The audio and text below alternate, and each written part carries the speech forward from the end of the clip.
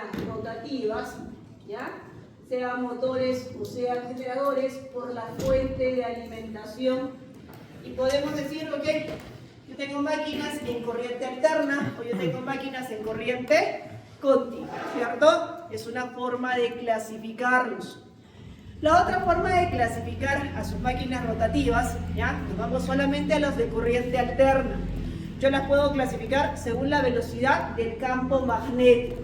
Entonces yo le aplico una corriente alterna a mi motor. Vamos a hablar por ahora solamente de motor. Le aplico una corriente alterna a mi motor a una frecuencia, en nuestro caso, de 60 Hz, ¿cierto? Y esta corriente alterna lo que hace es crearme un campo magnético, ¿ya?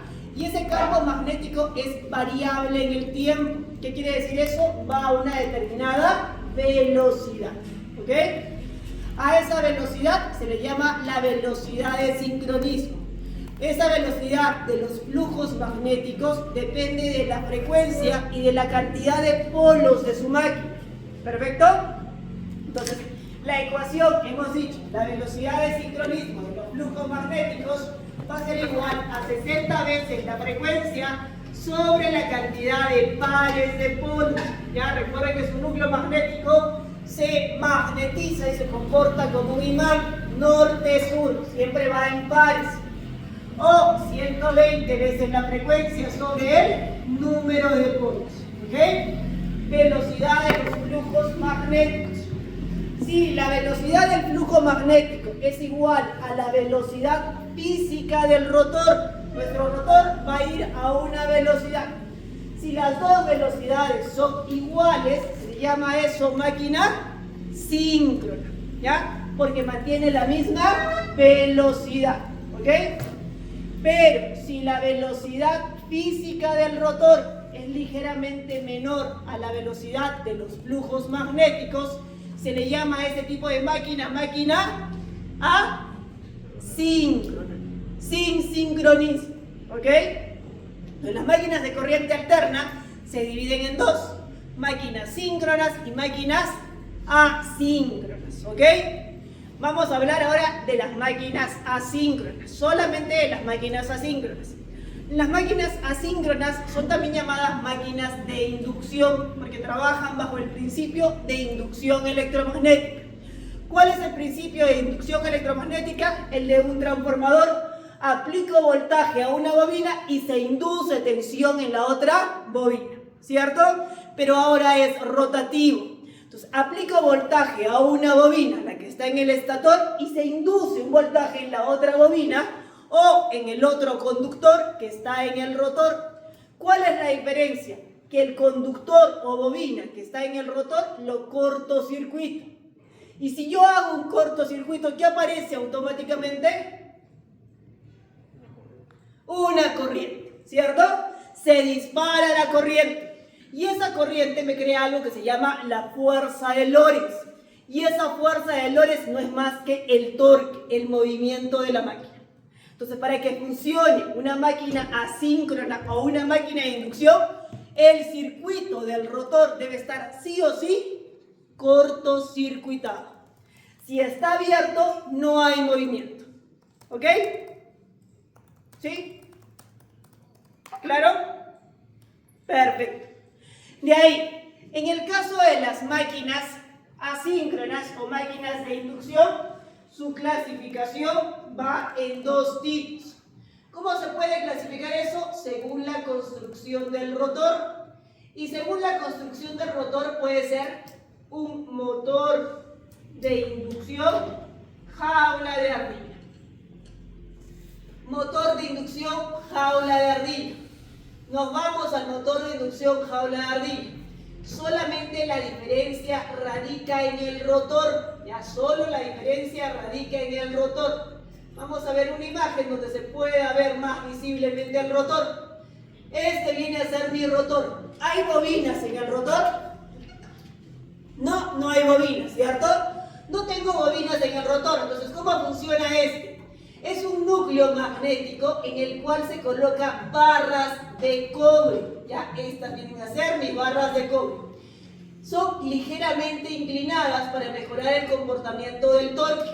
Y debe estar, dijimos, sí o sí, cortocircuitado. Y aquí está el cortocircuito. Y se cortocircuita por dos anillos en los extremos. Pero no tenemos bobina en el rotor. ¿Ok? A este tipo de máquina se llama motor jaula de ardilla. Motor jaula de ardilla. Podemos tener ahí varios de ellos, son motores jaula de ardilla. ¿Perfecto? Los puedo reconocer. El estator siempre es el mismo. El otro tipo de motor se llama motor de rotor devanado. En el caso del motor de rotor devanado, este de aquí, por ejemplo, ¿tengo bobina en el rotor? Sí, sí hay bobina, ¿cierto? Podemos ver ahí las cabezas de bobina.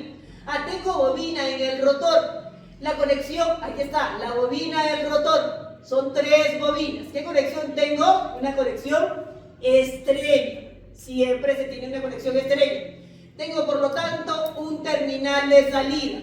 Y ese terminal de salida va a ir respectivamente a cada uno de los anillos rozantes. Entonces, ¿cuántos anillos rozantes voy a tener? 3. 3 anillos rozantes. Y yo puedo ingresar otro parámetro al rotor. Sí. ¿Qué es lo que puedo hacer? Aquí están los 3 anillos rozantes. Aquí están los carbones. Y debe estar cortocircuitado. Pero yo puedo cambiar alguna configuración. ¿Y cómo hago? Le coloco unas resistencias rotóricas. Le colocamos unas resistencias rotóricas. ¿Ok? ¿Para qué se coloca una resistencia rotórica? Para variar el comportamiento de arranque del motor. ¿Qué es lo que puedo conseguir con ello? Incrementar el torque de arranque, bajar la corriente de arranque. ¿Ya? Y esa viene a ser la ventaja del motor de inducción de rotor devanado frente al motor jaula de ardilla. ¿Ok? Entonces, los motores asíncronos o de inducción tenemos 2 tipos. Uno que se llama jaula de ardilla y el otro se llama rotor devanado, ¿cierto? Dentro de los motores de inducción tenemos 2 tipos, o jaula de ardilla o de rotor devanado. Ay, qué fue. Vamos aquí otra vez. Vamos a abrir nuestro laboratorio. Entonces ya tenemos la parte de construcción y la clasificación de los motores de inducción, ¿cierto? Entonces, ¿qué es lo que me pide ahí? Primero, debes poder reconocer cuando hablas de un jaula de ardilla o cuando hablas de uno de rotor devanado. Perfecto. Siguiente, vamos a la parte de procedimiento. ¿Con qué tipo de motor específicamente vamos a trabajar? Con un jaula de ardilla. Para yo energizar mi motor, lo primero que tengo que hacer es reconocer o leer los datos de placa del motor. Es obligatorio saber leer los datos de placa del motor. Me voy a mi motor de inducción. Voy a ver si puedo leer los datos de placa.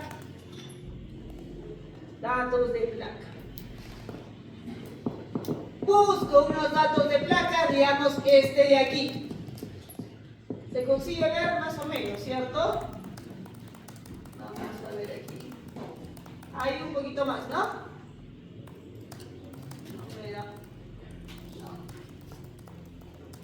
No me permite leerlo, si no vamos aquí.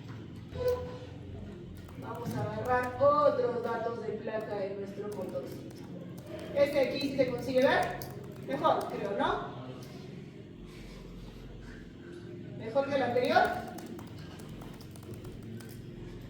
A ver, vamos a intentar, ¿ya? Me dice, mi motor es un motor de... ¿Qué me está diciendo aquí?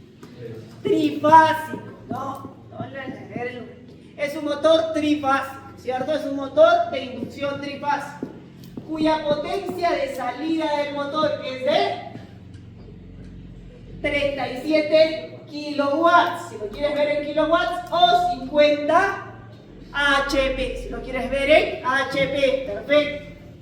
El frame o la carcasa del motor que te da las dimensiones del mismo es 225S, me da 2 voltajes, ¿cierto? Mi voltaje es 380 o 660. Vamos a trabajar con 2 configuraciones, delta o estrella. Significa que si yo lo trabajo en delta, ¿cuál es el voltaje que debo aplicarle? 380 o 660. ¿Cuál valor? 380. Debo evitar tener errores cuando yo alimente mi motor, y para eso debo poder leer los datos de placa de mi motor, ¿ya?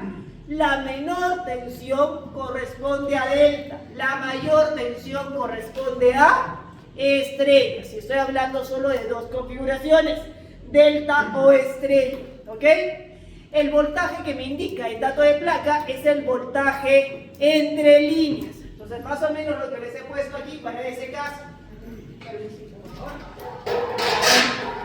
Me dice, para este caso, mi motor en delta es de 400 voltios y en estrella es de 690, ¿cierto? Entre líneas 400 voltios, pero el voltaje por bobina nunca debe cambiar. Por lo tanto, ¿cuánto le estoy aplicando a esta bobina? 400, ¿cierto? 400. Entre terminales 690. A este terminal. Pero a esta bobina, ¿cuánto le estoy aplicando?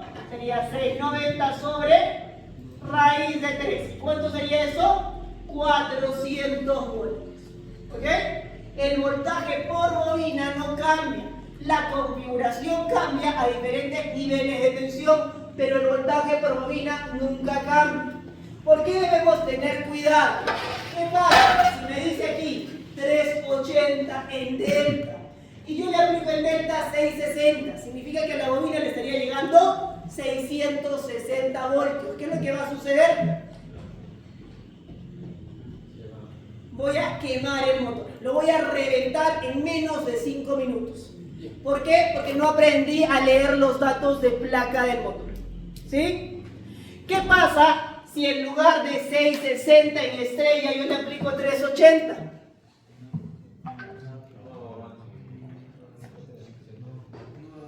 Va a variar la velocidad, sí, ligeramente, ¿ya? Y el voltaje va en relación cuadrática con el torque. Entonces, si yo bajo voltaje, lo que estoy bajando es torque del motor. ¿Me conviene? Tampoco me conviene. ¿Se va a llegar a quemar? No, pero sí lo voy a llegar a sobrecalentar, tal vez, ¿no? En una hora voy a llegar a sobrecalentar mi motor. Entonces, tengo que aprender a leer los datos de placa del motor. Me dice 70 amperios, 70.1 y 40.4. Si yo hago la conexión en delta, corresponde a una corriente de 70.1. Si yo hago la conexión en estrella, corresponde a una corriente de 40.4. Entonces, ¿cuál es la corriente de plena carga? A la fuente de alimentación y a la conexión que está trabajando, lo leemos de dato de placa. ¿Ok? De ahí, me dice, trabaja a una frecuencia de 50 Hz, tiene un factor de servicio de 1. ¿Qué quiere decir factor de servicio de 1? ¿Ya? Van a verlo en algunos motores. Mi motor es de 37 kilowatts, ¿ya? Pero puede entregarme 1.1% a más. ¿Me puede entregar entonces cuánto? Me podría entregar hasta 40 kilowatts, porque su factor de servicio es 1.1. Pero en este caso no. Él solamente me puede entregar ¿cuánto? 37 kilowatts. ¿Ya? Eso significa factor de servicio. Un factor de multiplicación. ¿Cuánto más podría llevarlo mi motor? ¿Ok? Siguiente, me da un valor de velocidad. ¿Cuál es la velocidad de mi motor? 1475. Dijimos que en el caso de los motores asíncronos, la velocidad del rotor es ligeramente inferior a la velocidad del campo magnético del estator, ¿cierto? La velocidad del campo magnético del estator, yo tengo una ecuación y los valores son fijos. Si mi frecuencia es de 60 Hz y solo tengo un par de polos, ¿cuál será la velocidad del flujo magnético? ¿Cuál será la velocidad del flujo magnético?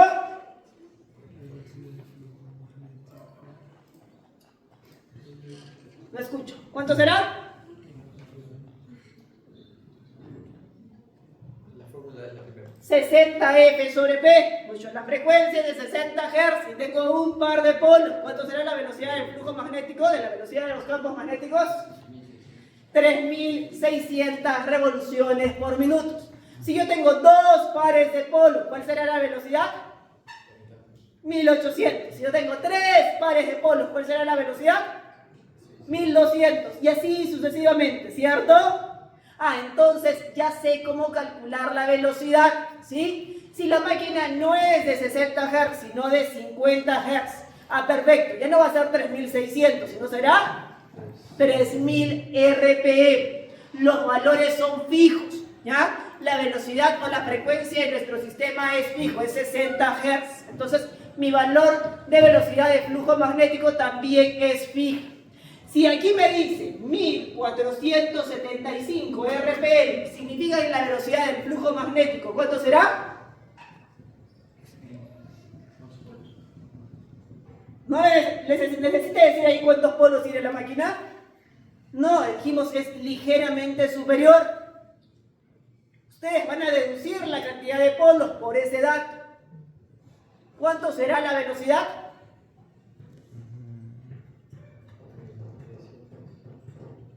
¿1000? Quien me diga la respuesta tiene 2 puntos a más en su laboratorio. 1 minuto, ya. 17. ¿Puedes repetir la pregunta? No, ya fue ya.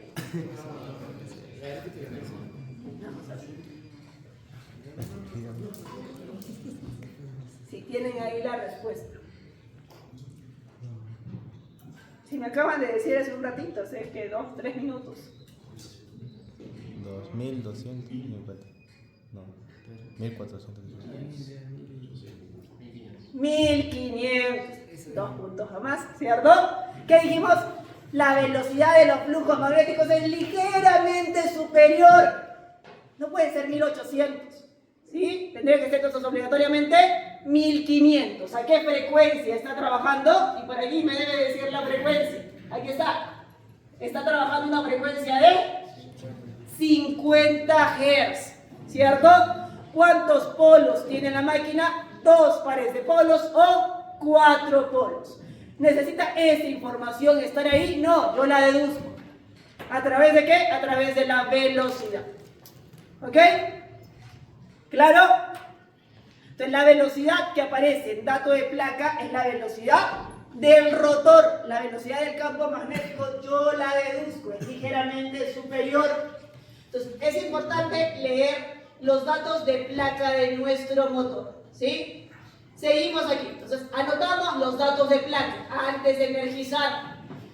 Vemos la construcción y aquí me colocan imágenes de la construcción del motor jaula de ardilla y del rotor de Banao. Adjuntan imágenes, ¿ya? De ahí me dice, yo puedo conectarlo en estrella o en delta y los voltajes van a ser diferentes. ¿Cuál es el voltaje y cuál es la corriente en estrella? ¿Cuál es el voltaje y cuál es la corriente en delta? De ahí, de acuerdo a los datos de placa, ¿cuál es la cantidad de polos y la velocidad del campo giratorio? Eso ya lo he visto, ¿cierto? Ya sé que puedo determinarlo. Respondemos la pregunta. Mi máquina puede ser que yo la trabaje a 60 Hz, pero el dato de placa me indica 50 Hz. ¿Hay alguna consecuencia por trabajarlo a una frecuencia diferente de la indicada en dato de placa? Sí. Quiero que me digan 5, por lo menos 5 consecuencias. ¿Ya? Y esas las colocan aquí. ¿Qué es el deslizamiento y cómo se calcula? La ecuación del deslizamiento está por aquí. La variación o el delta de velocidades entre la velocidad del campo magnético del estator y la velocidad del rotor se llama deslizamiento o slip, ¿ya? Este es igual a la velocidad de los flujos magnéticos menos la velocidad física del rotor sobre la velocidad de los flujos magnéticos por 100%. Esa viene a ser la ecuación del deslizamiento. Si acá tenemos ahí la ecuación de deslizamiento, vamos a armar directo este esquema. Este aquí es igualito, solamente que le vamos a agregar un analizador de potencia. Este es el esquema que vamos a armar. ¿Qué tipo de conexión tiene mi motor? Están las 6 terminales. ¿Qué tipo de conexión tengo? ¿Delta o estrella?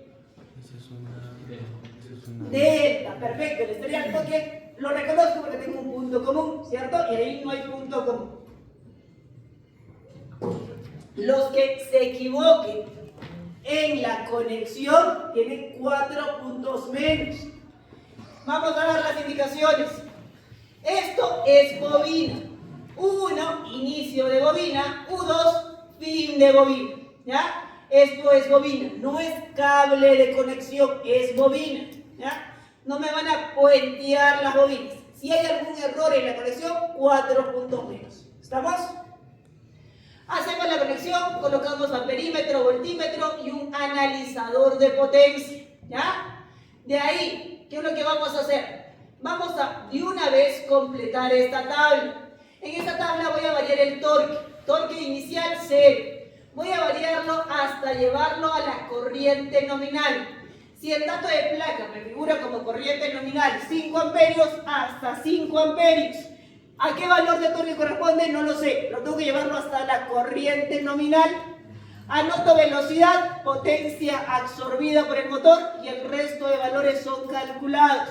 Potencia aparente, potencia mecánica, coseno de phi, rendimiento y deslizamiento.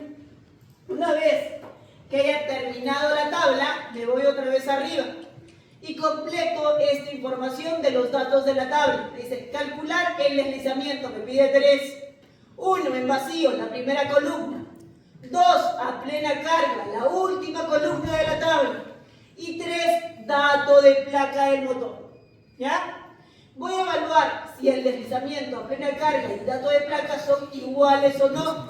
Si no son iguales, respondo esta pregunta.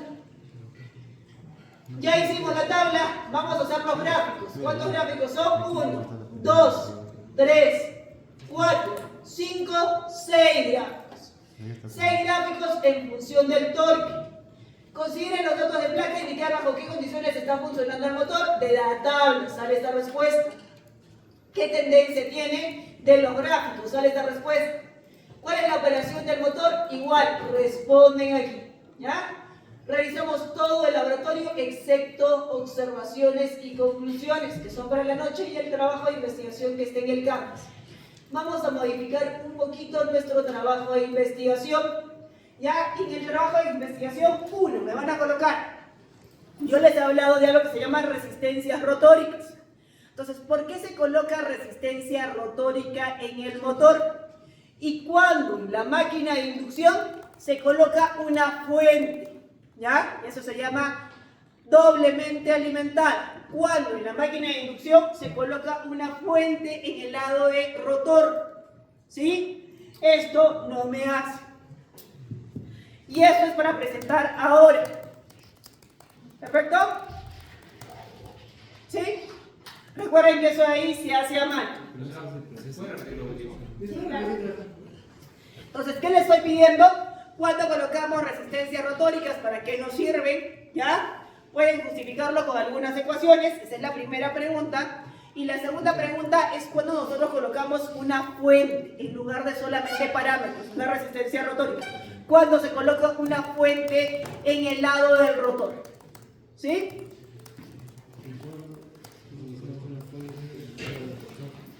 Terminamos esto, ¿ya? Me entregan el laboratorio. ¿Hay un trabajo a más de investigación? Sí, eso es para la noche, es este de allí.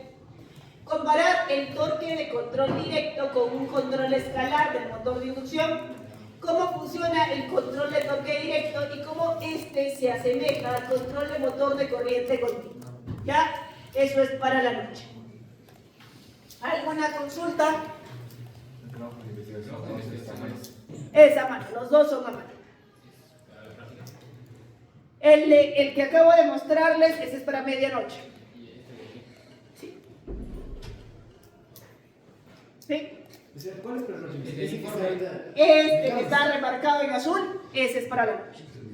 El que está en su propio informe, ese es para ahora. ¿No? El que les he modificado ahorita. ¿No? ¿Alguna consulta más? ¿Ese trabajo de investigación se coloca en el informe también? Sí, lo anexan en ese único informe que ustedes entregan. ¿Alguna pregunta más? Y sobre lo de los laboratorios, No he tenido con ustedes el día que tenga con ustedes el viernes, lo tengo, ¿no? Ahí les digo. ¿Alguna consulta más? ¿Ninguna? Entonces comenzamos a recoger material, ¿ya?